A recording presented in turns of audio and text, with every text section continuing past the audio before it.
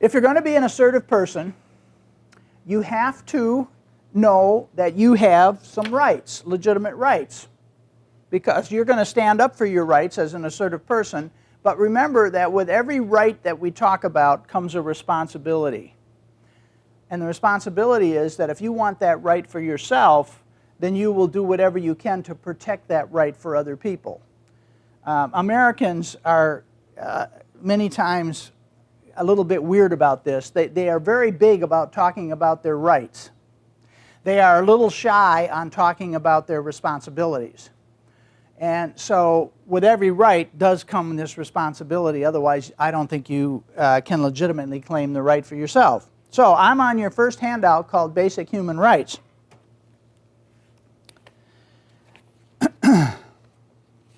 Now, let me give you a couple of examples of situations where it's really tough to be assertive so you get the flavor of where we're going with this rights and assertiveness thing. Have you seen that bumper sticker that says, "Friends don't let friends drive drunk"? Right? That's being assertive. So if somebody was doing something in their life that you knew was very destructive to either them or other people, then wouldn't you hope that somebody would speak up and say something to them? Now, a lot of times people don't, right? And a lot of times the consequences of not speaking up lead to dire consequences for the person in one way or another. So really, assertiveness is a little bit like what some people call tough love, meaning that if you're my friend and I see you do something that's really destructive to yourself and I don't say anything, am I a friend? And very often, I mean, on college campuses, this is huge because there's a lot of self-destructive behavior that happens on college campuses, and there's a lot of people that are too shy or whatever to speak up and say, you know, what you're doing right now really isn't okay. And there would be some lives that would be saved if people would have the courage to speak up in those situations. But it starts again with basic human rights. So, as we go through these, I'd like you to see if you can identify any that you know that you sometimes have difficulty claiming for yourself. Right? Because most of us do in some certain situations.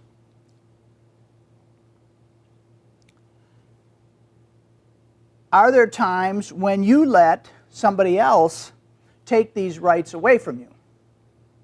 Then you're not standing up for yourself. When you're not standing up for yourself, you're not being self-loving. All right? Okay, so here we go through them. And if you have examples or whatever, you can certainly feel free to throw them in. I'll give you some as we go through these. To have and express your own feelings and opinions. So do you have a right to speak up? So I had students sit in classes and not say something for an entire semester. So they're not claiming that right. Now, that doesn't mean you have to speak up all the time, because that's not really honoring the responsibility side, leaving room for other people to speak up. But to refuse requests without having to feel guilty or selfish. So is it sometimes hard for you to say no when it's your right to say no? Do you ever end up doing stuff that you really hated that you said yes to do, but after you said yes, it was too late, right? This happens to a lot of us who like to keep everybody happy, who like to keep harmony. All right? And we'll find out what your type is when we do psychological type.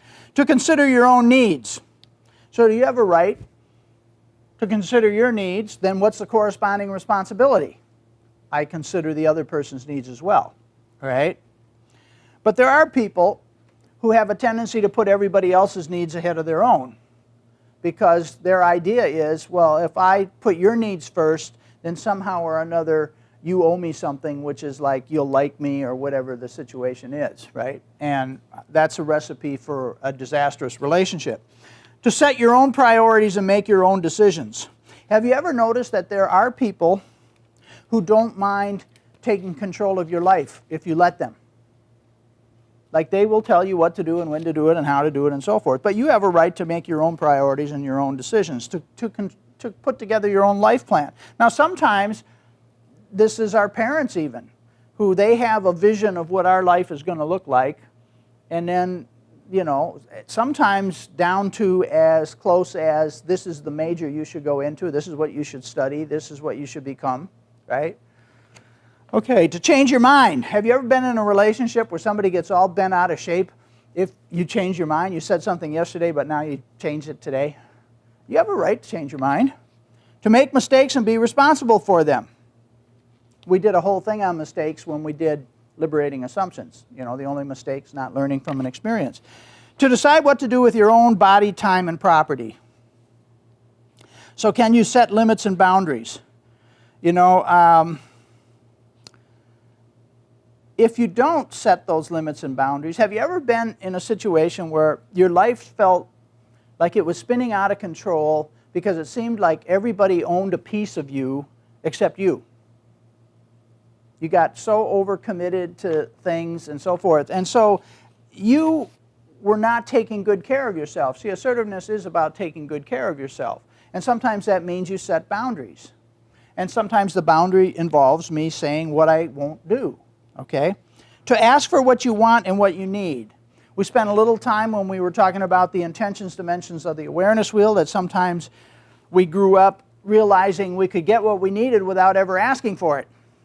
So we became kind of good manipulators. But if you are going to be assertive, you feel like you have a right to openly and honestly ask for what it is you want. But what's the responsibility that comes with that? Then I want the other person to also feel like they can openly and honestly say what they want. Sometimes people don't want to give you what you want. That's their right. Just like sometimes people want stuff from you and you don't want to give it to them. That's your right. Okay, but we could be open and honest about it. To ask for information and clarification, including from professionals.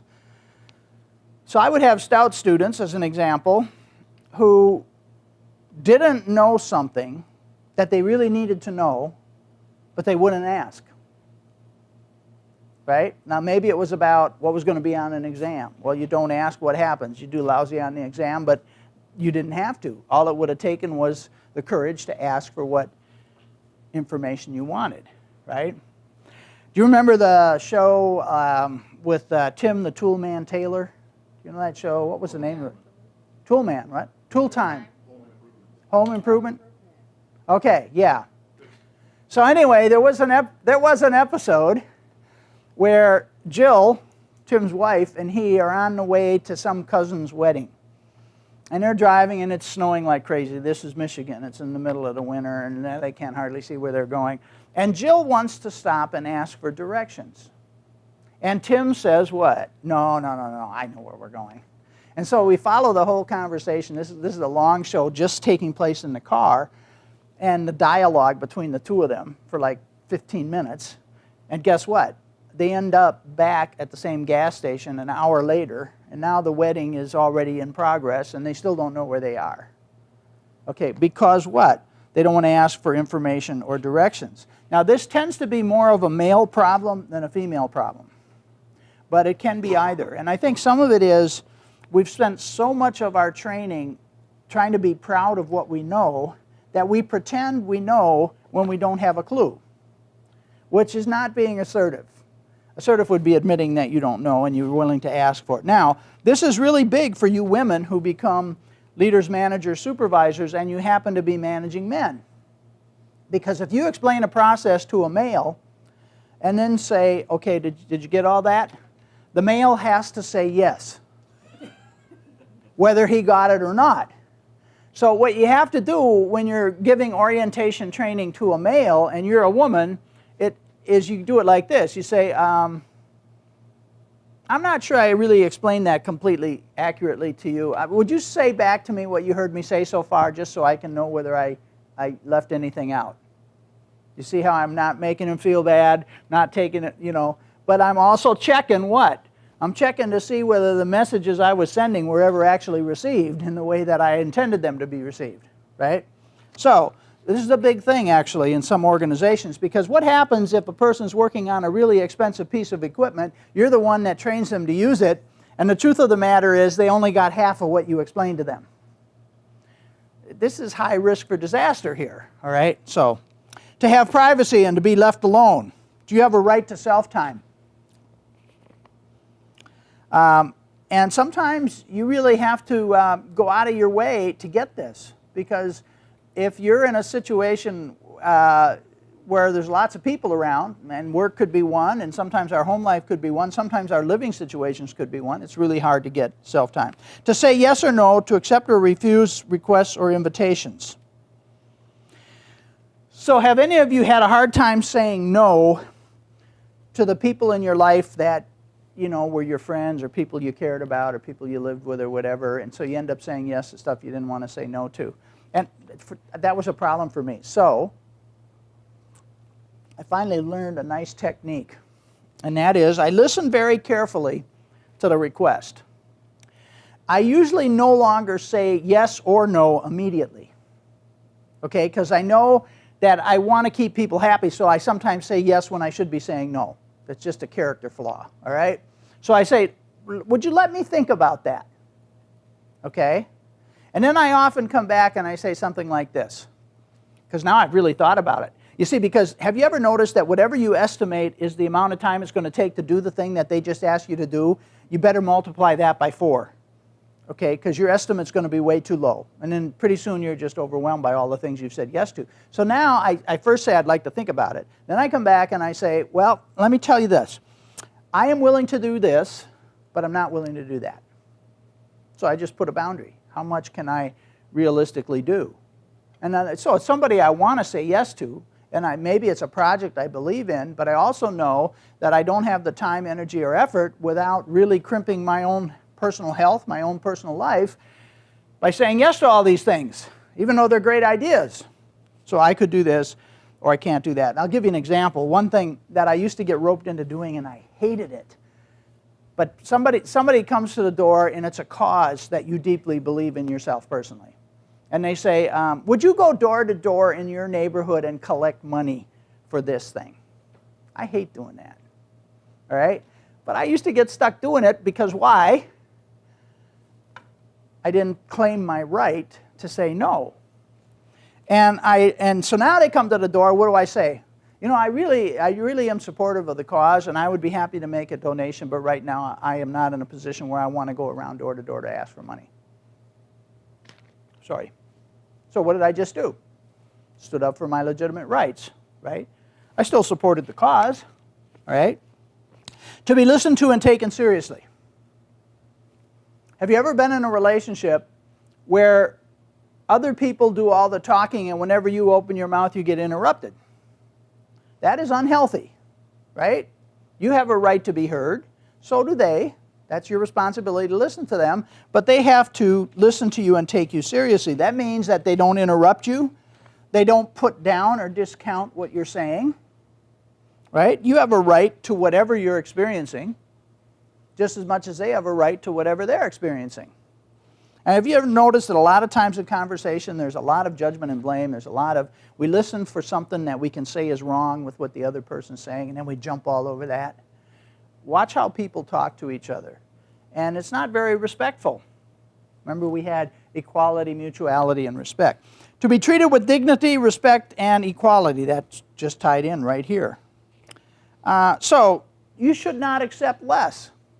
Part of being caring of yourself is to say, you know, I want to be in relationships where people treat me as an equal, where people treat me with mutuality, meaning that my experience and my needs and my wants and my feelings are just as important as theirs. I want to be treated with respect. Those are your rights, but you have to claim them because there are plenty of people who would try to take those away from you. In fact, I mean, it's really pathetic, the models that are being set for our children if we just watch Congress, because they don't treat each other with this, right? And it's just horrible examples to the young people in the country about how relationships ought to work. To get what you pay for. Have you ever been taken advantage of? Or you paid too much for something, or you got charged too much and then you didn't go back and take care of it. I was working with a couple once. They were both very shy people, but they had a 12-year-old daughter who was their opposite. I mean, she was the most outgoing, bubbly little kid you ever could imagine. They bought this thing at Best Buy. They paid a couple $100. I can't remember what it was, tape recorder, CD player, something. got it out of the box and the stupid thing wouldn't work. Mom and Dad would have just sat on it. They would have taken the $200 loss and not done anything about it because it was too hard for them to go in and confront the store that their 12-year-old daughter would have none of it. She said, I'll go in and do it. So Mom and Dad are sitting in the parking lot in the car. The 12-year-old girl goes in with the receipts and said, hey, this didn't work when we opened it up. And of course they said what? Oh, we'll give you a new one. Right? So she walks out of the store. But that's a pathetic thing for the two adults who haven't learned to be assertive in that way. So sometimes you might even have to be aggressive. If you see, it's not about always being assertive. I want you to know how to be submissive, assertive, and aggressive. I want you to do whatever the situation calls for. Sometimes when you ask for something assertively and you don't get it, and it's a legitimate right, you should know how to escalate and become aggressive. I remember one time I took my car in to get fixed. They gave you an estimate. You sign a thing that says you approve them doing this and you approve that amount of cost. And it was like, I don't know, $250. And I come back to pick up my car later that afternoon, and they show me the bill, and it's for over $800. And it says right on the bottom that they have to call you and, ask for permission to do whatever else was wrong with it if there was something wrong that they didn't find at the time. Well, I knew this was going to be a tough situation. I start out very assertively, and I'll teach you the message in a minute that I used. It's a 4-part assertion message. So I'm doing that.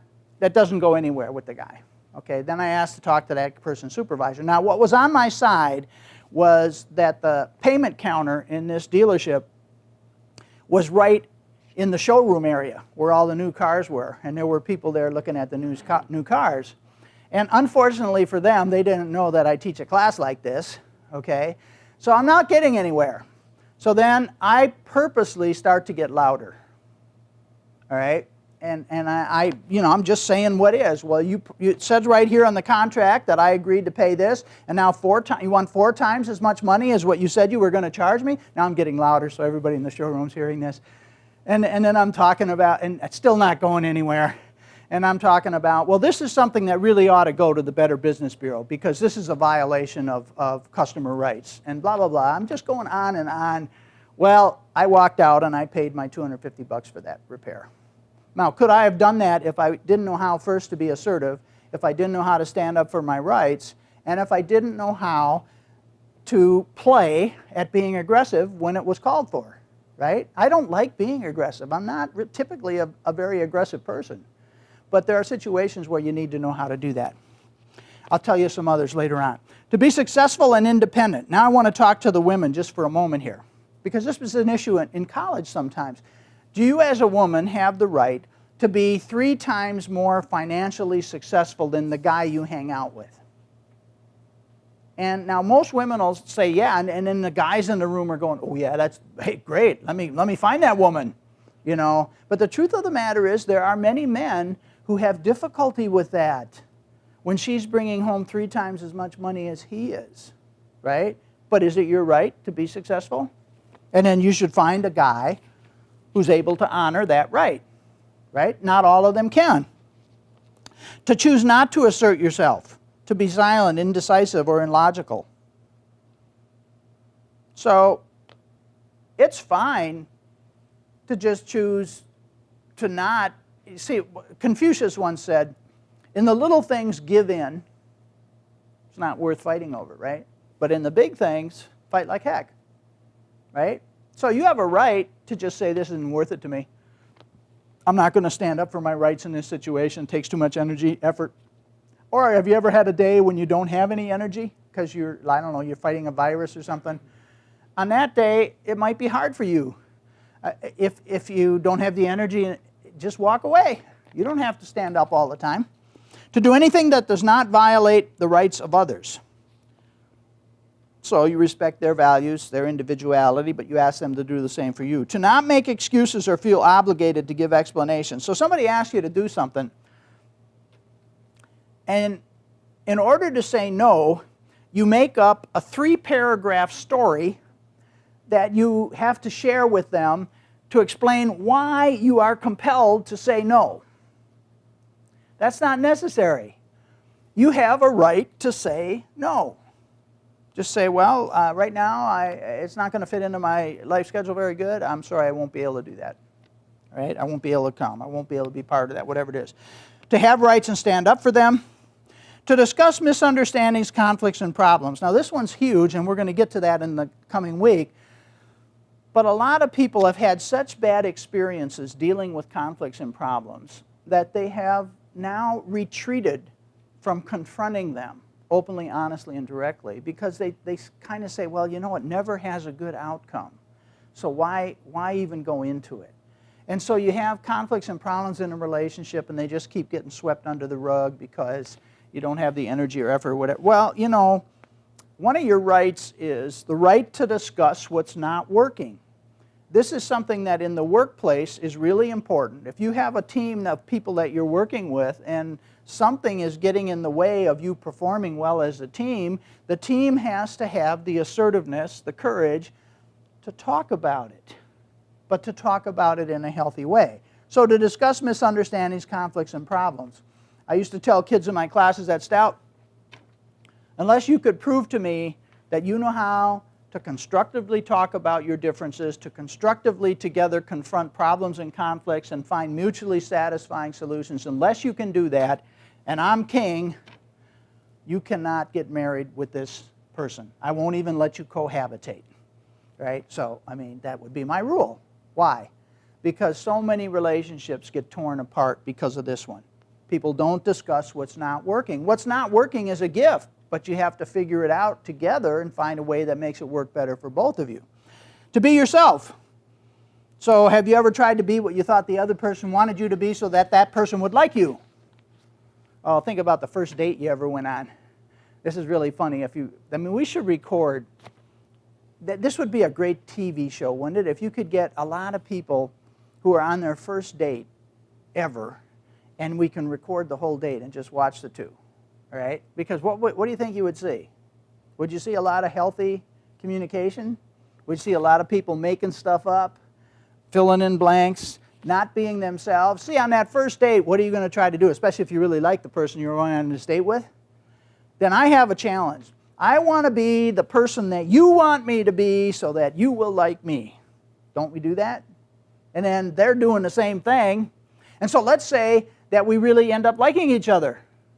Well, it's really kind of a false thing here, because the truth of the matter is that the person I like is not who that person really is. It's who they were trying to be so that I would like them, and the person they like, me, is not really me, because I'm just was being the person that I thought they wanted me to be so they would like me. Are you with me now? So we got two people who think they like each other, but the truth of the matter is they don't even know anything about each other yet. Right? So be yourself, not what others want you to be. So those are our rights. Now, as we went through those, were there any that, kind of rang a bell, like occasionally I have trouble standing up for that legitimate right for myself, or are there any in there where I sometimes have trouble granting that right to another person? Right? So most of us have areas where we could be more assertive, where we could be stronger, where we could be more self-loving. Remember, the extent to which you love yourself, which assertiveness is a huge part of that. You can't be self-loving without it. The extent to which you love yourself is the extent to which you can love another person. If you're not being loving of yourself, I don't care how long you're in a relationship, you're not going to be very loving in that relationship because you're not very loving of yourself.